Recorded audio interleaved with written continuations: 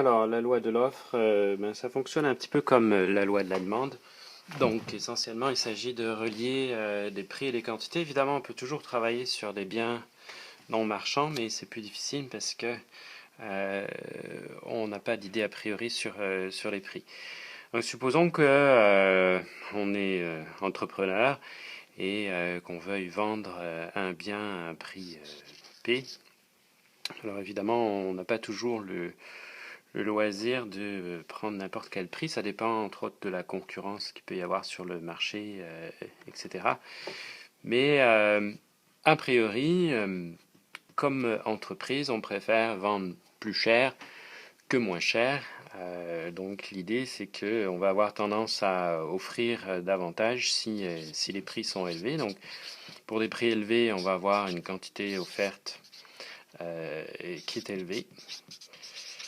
Et pour des prix faibles, bon, on sera moins intéressé à offrir. Alors, ce qu'on voit à ce moment-là, c'est que les prix et les quantités ici sont reliés de la même façon, contrairement à ce qu'on avait pour la demande. Alors, par exemple, si on considère une hausse du prix, donc une variation positive dans le prix, ça va engendrer cette fois-ci une hausse dans la quantité offerte et non pas une baisse comme c'était le cas pour la demande.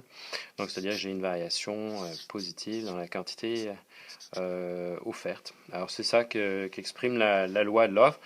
On peut le représenter graphiquement dans le même espace cartésien que la demande. Donc, la variable explicative, c'est le prix. Ici, j'ai l'offre, donc, qui est une fonction du prix. Et en l'occurrence, donc, il s'agit d'une représentation graphique avec une fonction croissante. Bon, évidemment, c'est toujours un petit peu plus compliqué que ça. Ici, on simplifie.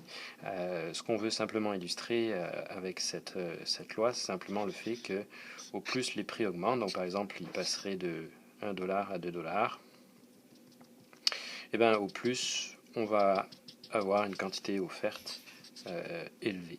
Okay. Donc, on se déplace ici le long de la fonction d'offre. Alors, il n'y a rien de très compliqué là-dedans non plus. C'est certainement pas dogmatique.